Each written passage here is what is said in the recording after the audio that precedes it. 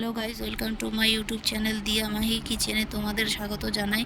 আজকে তোমাদের দেখাতে চলেছি মিল আটার রুটি কিভাবে তৈরি করলে নরম ও ফুলবে। একটি পাত্রে জল নিতে হবে এবং জলটি ফুটিয়ে নিতে হবে।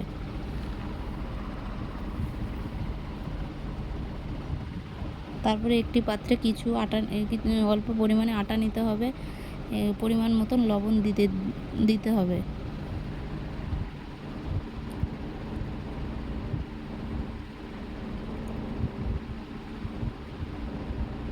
আগে থেকে ফুটিয়ে রাখা জল দিয়ে আটা মেখে নিতে হবে।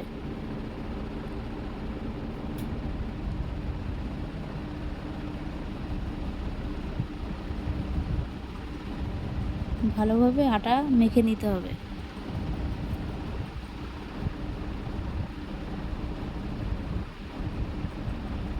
তারপর আটা গোট করে নিতে হবে।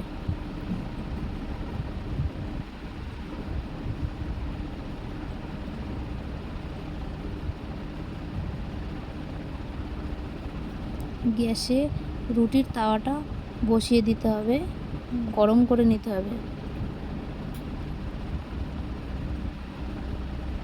তারপর রুটি বেলে নিতে হবে।